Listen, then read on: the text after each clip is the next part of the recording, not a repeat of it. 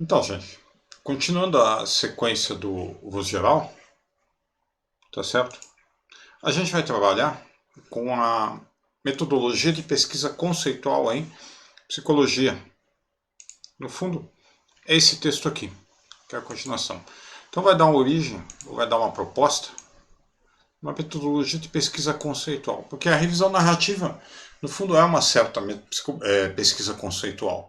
Tá certo? Então é uma pesquisa teórica a partir dos dados do levantamento do mapeamento. Tá, esse texto está nesse livro, Pesquisa Teórica em Psicologia, Aspectos Filosóficos e Metodológicos. Primeira coisa que a gente poderia tentar esclarecer, quando que uma pesquisa é de natureza conceitual. Tá certo? Uma pesquisa de natureza conceitual, tá? Por definição, a gente está abordando conceitos. Se a gente está abordando conceitos, em psicologia, obviamente, ela é uma pesquisa qualitativa, porque o conceito é qualitativo, mas é entre aspas também, mas ela pertence à mesma ideia, gente, que é uma pesquisa interpretativa. Porque a gente está interpretando o conceito, a gente está sempre interpretando o que algum autor, ou que vários autores quiseram discutir. Nesse sentido, gente, a questão do método, de como o método, não o método da pesquisa em si, mas o método das outras perde destaque. O método é secundário em função da própria interpretação que se coloca. Tá certo? Tá? E essa pesquisa, ela é também importante. Ela não é uma pesquisa, vamos dizer assim, como o pessoal diz, menor ou secundária. Por quê, gente? A gente sempre tem que lembrar que não existe dados. Os dados sempre estão vinculados a uma teoria. E eles fazem sentido, como toda teoria, uma espécie de interpretação da realidade. Então, essa pesquisa conceitual é extremamente importante para a gente, inclusive, poder avançar o próprio conhecimento. Tá certo? Então, sendo colocado aqui, questão natureza da pesquisa, a questão do método perde destaque. Nas outras pesquisas você não vai olhar o método delas, você vai olhar o conceito, a articulação teórica, tá certo? Essa pesquisa não é a pesquisa conceitual, ela tem uma estrutura, ela não pode ser feita de qualquer jeito, tá certo? E ela não é um tipo de pesquisa menor. Tá? Então, como foi colocado, ela pode ser vista como uma interpretação em cima da teoria ou do conceito, e aí é importante, gente, que ela pode assumir diferentes níveis de análise dependendo do teu objetivo de pesquisa, tá certo? Alguns níveis de análise que são importantes a gente mapear aqui, gente, nesse sentido, nessa teoria de pesquisa, tá? É perceber que se você trabalha no conceito, esse conceito não surge do nada. Tá certo? Esse conceito ele está estruturado numa rede. Tá? Então, os níveis de análise que vocês podem ter, você desde um nível mais geral, que a gente colocaria aqui, por exemplo, os fundamentos do conceito, tá certo? Até as relações com outros conceitos, até o nível histórico do desenvolvimento dos próprios conceitos naquela teoria, até interdisciplinar, ou seja, como que o conceito se coloca. E também tem até os fundamentos aqui, tem os fundamentos dentro da própria teoria e tem os fundamentos epistemológicos ou filosóficos. Tá certo?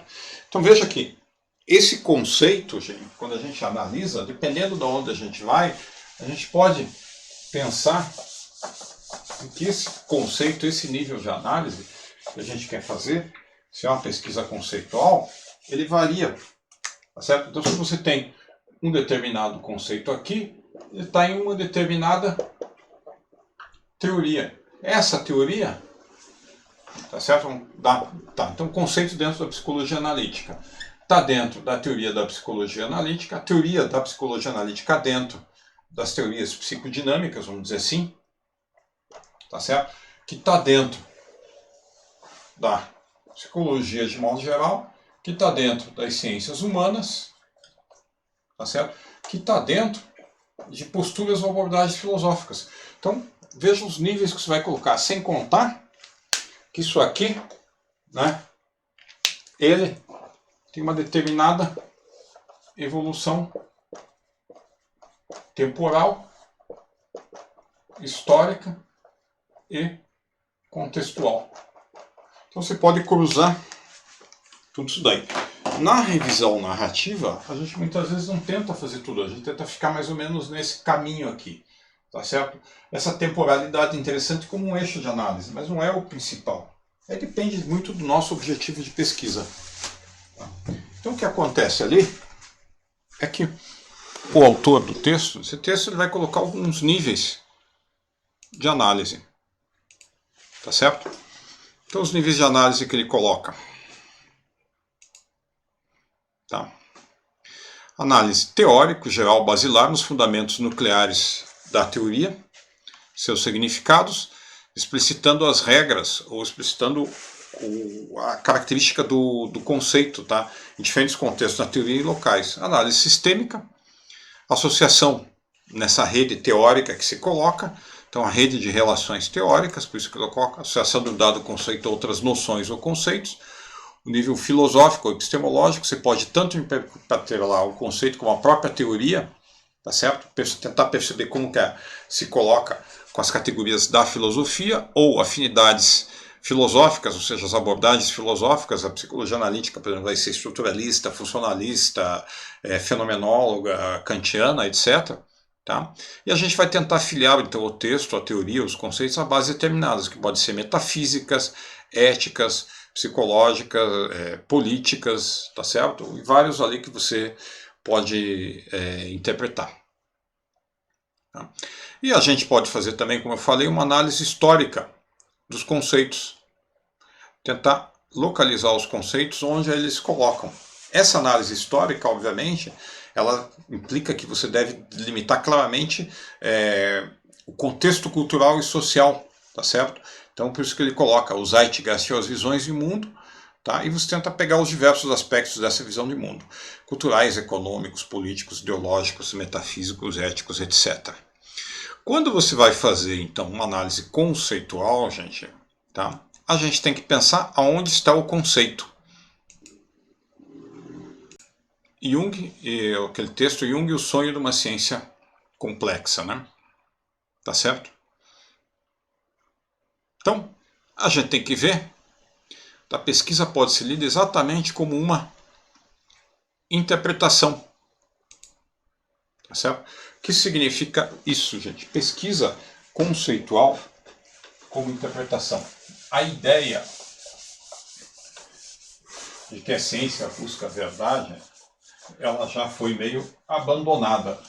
Tá certo? Só quem não compreende muito bem ciência, que acha que a ciência, então tem aquele conceito tradicional, ciência busca a verdade, e essa verdade é uma representação fiel da realidade. Então seja como se fosse uma cópia, tá, da realidade. Isso aqui pressupõe que a realidade é única. E a ciência, lamento informar-lhes, mas pelo menos o pensamento psicológico das ciências humanas eliminou isso aqui. Tá certo? A ciência é um saber, é uma interpretação sobre a realidade. A próprio Jung vai dizer exatamente isso, que a psicologia ela é dependente de um sujeito, então ela é também interpretativa. Então você não procura o verdadeiro Jung, ou o verdadeiro Freud, o verdadeiro Skinner. Você faz o quê? Você faz uma determinada interpretação, e essa interpretação, e aí que está a ideia, tá certo? A verdade para a ciência é uma verdade funcional, é uma verdade para a ciência, a verdade é sempre colocada entre aspas, no sentido que ela é provisória, tá certo? Ela é sujeita, e se quer realmente que ela seja reformulada, tá certo?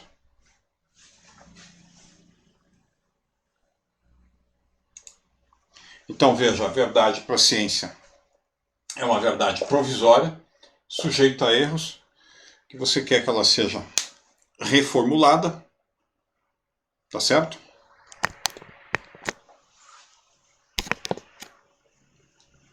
Então o que se coloca aqui? Se coloca que não existe o verdadeiro Jung. Isso a ciência, de certa forma, já eliminou. Porque não existe mais a verdade como cópia fiel da realidade. Tá? O que a gente professa que é o quê? Que ela aumenta ou amplia a compreensão. Obviamente que ela é também objetiva. Por quê? Porque várias interpretações de vários sujeitos concordam com alguma coisa. Tá? Mas não existe, então, aquela ideia de um significado que está oculto ou latente. Tá? Que cada vez mais a gente vai chegando. Tá? Existe, até porque a gente não saberia se a gente consegue chegar a isso. Tá? Mas a ideia, então, que a gente possui é que interpretar é construir um significado na inter-relação entre o autor, aquele que produziu o texto, tá certo? O leitor que está lendo o próprio texto. E aí a gente vai vendo que os textos, principalmente os clássicos, eles têm diversas camadas de sentido. Então a gente tenta ampliar essas camadas de sentido. Então se eu ponho a ideia de que interpretar é desconfia o sentido latente, por isso a ideia é improcedente buscar o verdadeiro Jung, o verdadeiro Freud, o verdadeiro Wundt. Óbvio, né, gente, que se uma interpretação é objetiva, ela tem que ser consistente. E a gente avalia, então, uma interpretação pela consistência lógico-filosófica, pela capacidade argumentativa dela, ou seja, se ela é isenta de contradições, falácias ou equívocos, tanto conceituais ou filosóficos, para onde o sujeito se baseou nos textos, né, nas fontes, se elas são primárias, ou seja, não é uma tradução do Jung com efeito, não é alguma coisa que a gente não sabe de onde é, porque elas são as bases, né? O apoio textual, se a gente consegue identificar no texto que a gente está interpretando os argumentos ou as bases que justificam aquela interpretação. Então não posso, se eu disser que o Jung é lamarckiano, eu tenho que mostrar nos textos do Jung, Jung diz e mostra, identifica que ele tem essa concepção da evolução lamarckiana, tá certo? O trabalho fica mais ou menos até aqui, né? E na qualificação, na dissertação, no artigo, e aqui começa a última coisa, a apreciação crítica da comunidade acadêmica. Obviamente, isso aqui é na banca, e se é um artigo, é avaliação por pares, tá certo? E, obviamente, depois de publicada, depois de colocada, essa interpretação, ela é solta a todo mundo, para todo mundo ficcionar ela, para tentar ver o que ela tem. E se ela resistir às críticas a essa ficção que todo mundo faz, se espera então que ela, junto com outras, tá certo, sejam cada vez mais confiadas, possam ser alcançadas e possam perdurar até serem substituídas por mais robustas interpretações. Tá certo? Aí a gente entra nos procedimentos de interpretação do texto. Aqui a gente teve até esse momento como entender o texto de certa forma. Essa parte, então, é bastante interessante, talvez seja a parte que as pessoas tenham mais interesse. Por quê? Porque quando você vai fazer uma análise conceitual, a gente entra como se fosse um ensaio, e as pessoas muitas vezes não sabem exatamente como fazer. Tá? Então aqui dá esse artigo é bastante interessante, esse capítulo do livro, melhor dizendo. Por quê? Porque ele dá uma ideia muito clara de como construir, ou pelo menos dá uma diretriz. Tá certo? Então por isso aqui, procedimento. Primeiro, as recomendações, os pré-requisitos, de certa forma. Preferencialmente, lidar com fontes primárias ou de primeira mão. Então, procure achar.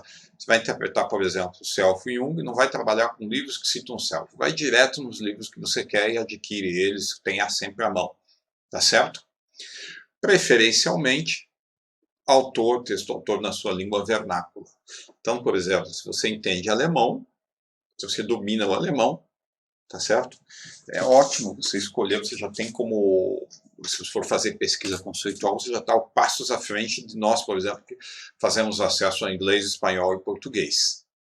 Se você não tem acesso àquela língua vernácula original, então você tenta comparar pelo menos 2 ou 3 textos, tá certo?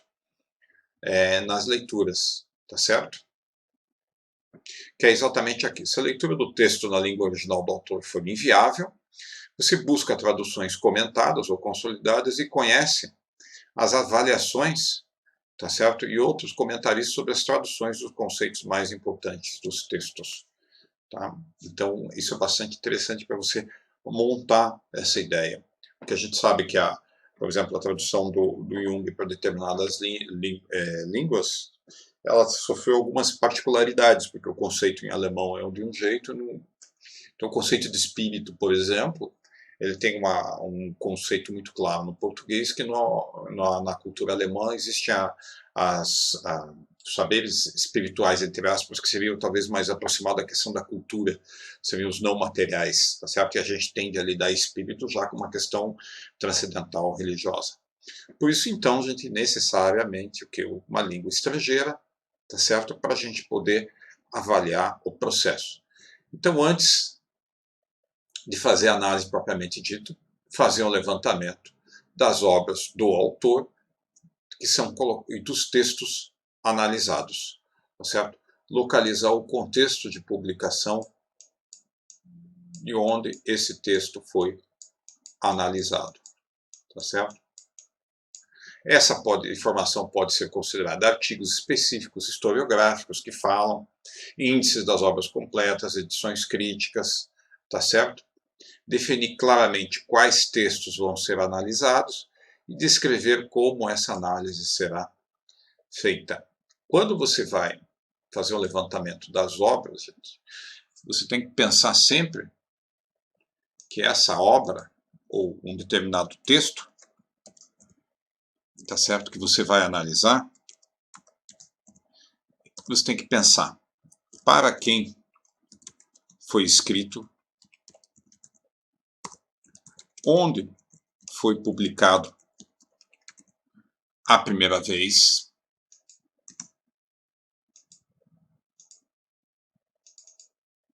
tá certo? Tá. E, então, como é que eu posso dizer? A própria cultura onde se coloca.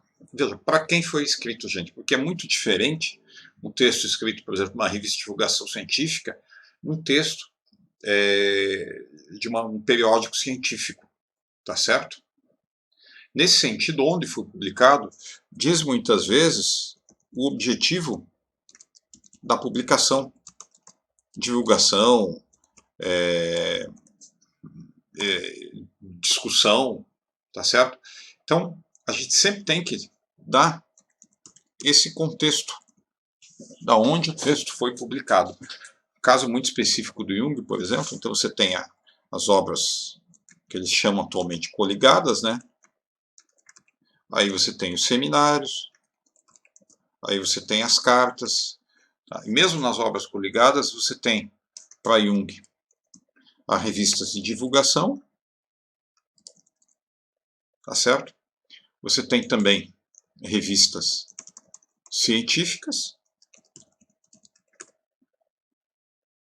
tá certo? Então você tem aí outras possibilidades também de publicação. Então a forma como Jung vai escrever vai diferenciar em como você vai abordar o texto, o que você espera dele, tá certo? Então voltando aqui, ó. Como a análise será feita? Você tem que descrever. Tá? Então a gente chega aqui nesse aspecto. Os autores aqui eles propõem um método de análise, uma forma de análise que eles chamam procedimento de interpretação conceitual do texto, tá certo? É o procedimento deles que vocês podem seguir, vai ser mais adequado para determinados conceitos ou para determinadas pesquisas, ou não, mas eu acho interessante porque ele coloca muito claramente alguns parâmetros para a gente fazer uma análise conceitual, tá certo? Então, ele possui 4 etapas, cada subetapa é dividida em passos. A gente sempre tem que fazer referência ao problema de pesquisa, o conceito e análise, ou seja, o nosso objetivo. Isso aqui também pode ser utilizado quando você vai analisar um texto, tá certo? Aí você pode adaptar, tá certo? Quando você vai pegar um texto, então qual seria a primeira etapa? É o levantamento dos conceitos que estão no próprio texto. Agora, também você pode também fazer, se for analisar o conceito de self na obra Jung, selecionou os textos, você faz o levantamento dos conceitos de self naquele texto, dos conceitos relacionados. Então você pode colocar exatamente aqui, o levantamento de estágio dos principais conceitos do texto, na forma como são citados no próprio texto, tá certo? E você define pautando eles no próprio texto, tá certo? Então ele dá uns passos para você fazer. Primeiro você pega o texto, grifa, enumera, tá? E coloca os conceitos e doutrinas que você julga que são importantes no texto. E depois você tenta encontrar essa definição de cada conceito, de cada doutrina, de cada episteme, de cada fundamento, no próprio texto. E daí você registra tudo aquilo que foi dito sobre cada conceito, cada doutrina, em todas as partes do texto. Então você vai montando naquele texto, certo? Depois você anota todos esses resultados, organiza esses resultados, que no fundo o quê? Transcrever as definições, entre aspas, citando a página ou os parágrafos, se for o caso, para poder localizar no próprio texto. Veja, você está espremendo o texto para retirar do texto aquilo que é o teu objetivo. Certo? Então, o conceito do self na obra Arquétipos do Inconsciente Coletivo. Onde que ele fala de self em todo o texto? Aonde que ele está relacionado? Quais são os conceitos fundamentais que aparecem aqui? Tá certo? Que a gente vai poder depois localizar. Daí a gente faz uma lista dos conceitos e fundamento definições que estão relacionados, mas que não foram encontradas no texto. A gente vê o texto, ou o livro, por exemplo, como se fosse uma narrativa fechada. Então a gente tenta tirar tudo dele, e depois a gente vê o que falta para poder se colocar.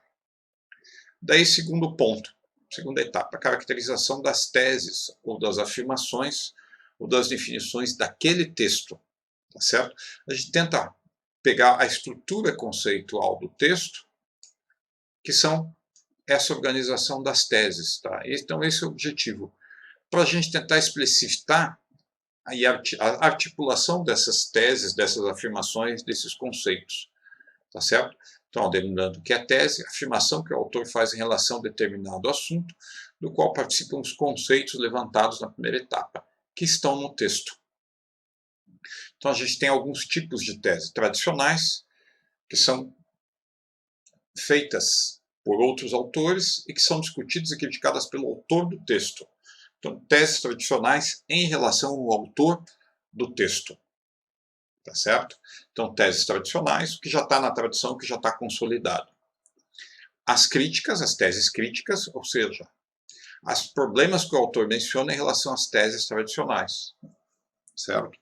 Ou seja, ele diz o que ele entende das teses tradicionais, as críticas e as teses alternativas, ou seja, as teses que o autor propõe para substituir essas teses tradicionais, tá certo?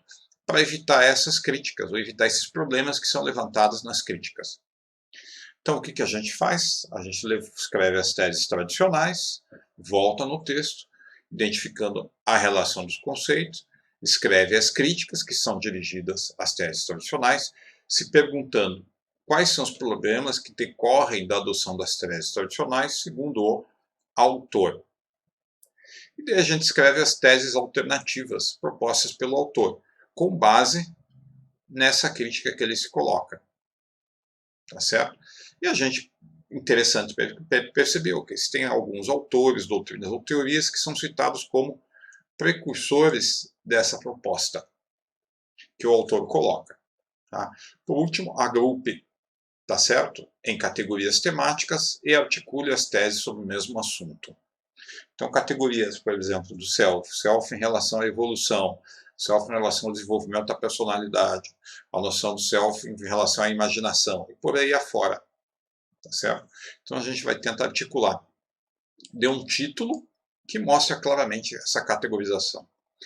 Feito isso, no texto você pode fazer o quê? Elaborar um esquema, figura ou diagrama, que é para tentar estabelecer essas relações entre teses tradicionais, as teses críticas e as teses alternativas que a gente identificou anteriormente. Isso daí, então, ali aquilo que está próximo, aquilo que está distante, aquilo que se contrapõe, aquilo que é diferente, tá certo? Existem várias possibilidades de elaborar esses esquemas conceituais, são diagramas, fluxos, tá certo? Mas o importante é que eles são esquemas conceituais. Vai procurar identificar as relações entre conceitos, doutrinas e teorias, bem como eventuais lacunas ou enganos ou equívocos cometidos pelo autor, tá certo? Passo único, faça um esquema geral do texto, evidenciando sua estrutura conceitual. Isso pode ser na forma de tópicos, diagramas, com setas, quadrados e outras figuras. Por último, você vai fazer o quê? Você vai pegar essa figura, esse diagrama, que é uma imagem, e vai traduzir ela numa narrativa. Ou seja, vai fazer essa síntese interpretativa. Tá? Que é realizar uma síntese das relações conceituais construídas ao longo das etapas anteriores. E a produção é um texto interpretativo. Se é um texto interpretativo acadêmico, quando você vai citar algum conceito, você pode citar ele, colocar referência e por aí afora. Mas essa quarta etapa se baseia principalmente naqueles diagramas, que são da etapa 3, tá certo? Se for necessário consultar a todo momento o texto original porque você tem alguma dúvida, talvez você não esteja feito de forma adequada o procedimento. Se você identificar as lacunas, você começa a mudar também. Tá? É interessante pensar que a análise conceitual é recursiva, então as etapas 1, 2, 3, 4, a gente coloca elas de forma linear, mas na realidade muitas vezes a gente volta seguidamente, tá certo? Então essa colocação bem clara, etapa 1 primeiro, depois etapa 2, ela serve para organizar o nosso trabalho, mas ao longo do nosso trabalho a gente vai misturando muitas vezes a etapa, tá certo? E esse texto, essa síntese interpretativa, certo? É o que a gente sempre se pergunta, deve contemplar, mostrar as lacunas, as afinidades conceituais, filosóficas e outros elementos que foram identificados ao longo do procedimento de pesquisa, tá certo? Lembrando vocês, gente, que isso aqui é um procedimento, muitas vezes,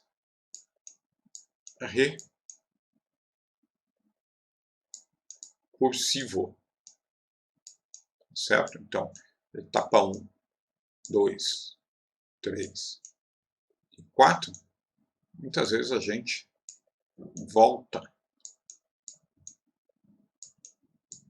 tá certo? Mas a ideia geral é essa, até chegar ao momento que a interpretação ela se consolida, ela não muda muito. Então a gente fecha daí.